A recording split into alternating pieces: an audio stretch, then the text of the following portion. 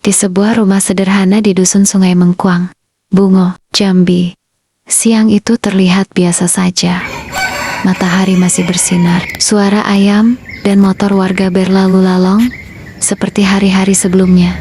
Tapi siapa sangka, di balik pintu tertutup rumah seorang dosen bernama Erni Yuniati, sebuah tragedi berdarah sedang menunggu untuk terungkap.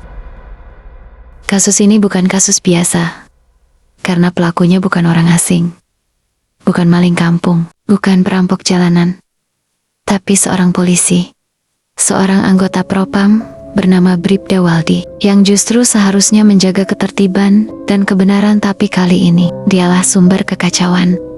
Dan lebih mengejutkan lagi, untuk menutupi perbuatannya, ia bahkan menggunakan wig rambut palsu demi menyamar dan menipu semua orang.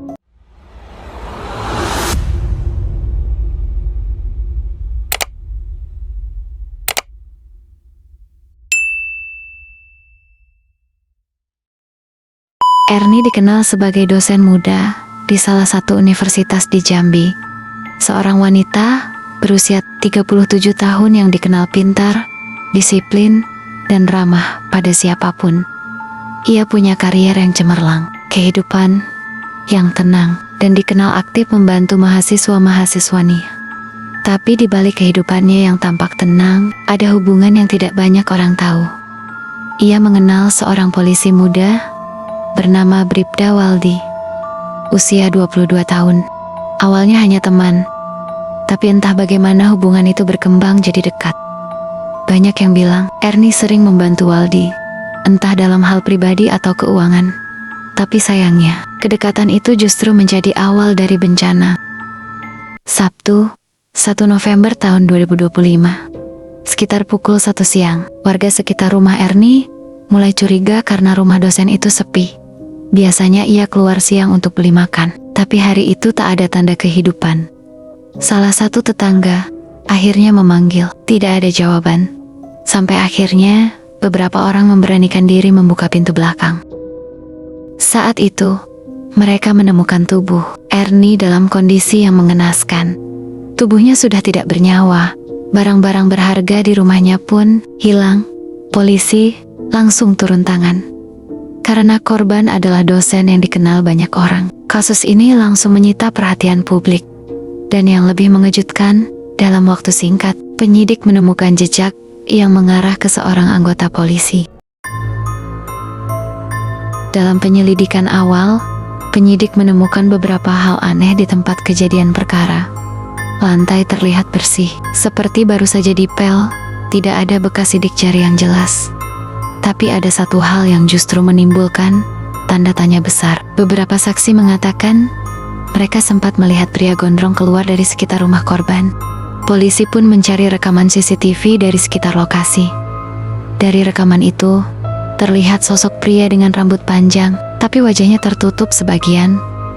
Ketika wajah itu diperjelas, penyidik terdiam, karena bentuk tubuhnya mirip sekali dengan Bribda Waldi, anggota Propam dari Polres Tebo.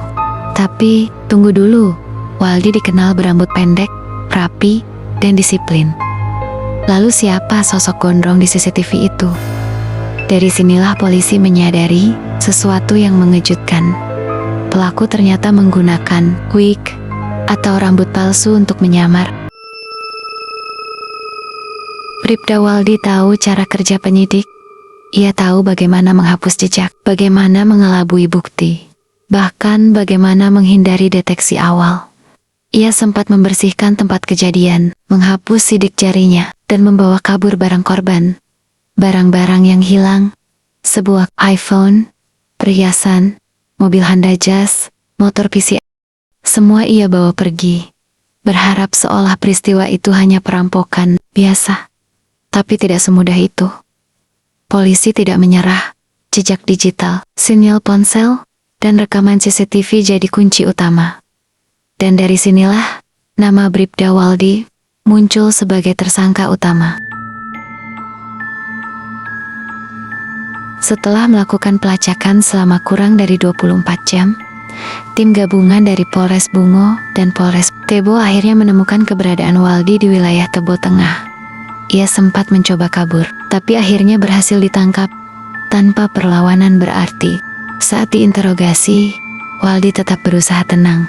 Ia tidak langsung mengaku. Kapolres Bungo, AKBP Natalena Eko Kahyo mengatakan, pelaku ini ulet dan licik. Belum ada bukti pun, dia pantang mengakui. Tapi kami tidak mengejar pengakuan, kami kejar bukti. Kata-kata itu menunjukkan bahwa kasus ini memang rumit. Tapi satu hal jelas, kebenaran akhirnya terungkap. Kasus Bribda, Waldi jadi pengingat bahwa kejahatan bisa datang dari siapa saja. Bahkan dari mereka yang berseragam dan dipercaya menjaga hukum. Tapi, tidak berarti semua anggota kepolisian seperti itu. Banyak yang tetap jujur dan berdedikasi. Tapi kisah ini mengajarkan kita bahwa topeng dan penyamaran hanya bisa menutupi kebenaran sementara. Karena seberapa liciknya seseorang, kebenaran pada akhirnya akan selalu menemukan jalannya. Bu dosen mungkin telah pergi, tapi kisahnya tidak akan hilang. Ia menjadi simbol bahwa keadilan, walau tertunda, tetap akan datang pada waktunya. Dan buat kita yang masih hidup, biarlah ini jadi pelajaran. Jangan mudah percaya pada wajah yang tampak baik. Dan jangan biarkan kejahatan disembunyikan di balik seragam, jabatan, atau nama besar. Karena kejujuran dan hati nurani, itulah yang sesungguhnya menentukan siapa manusia yang sebenarnya. Inilah kisah nyata dari Jambi, tentang seorang dosen dan seorang polisi muda, tentang licik, dan karma yang tak bisa dihindari.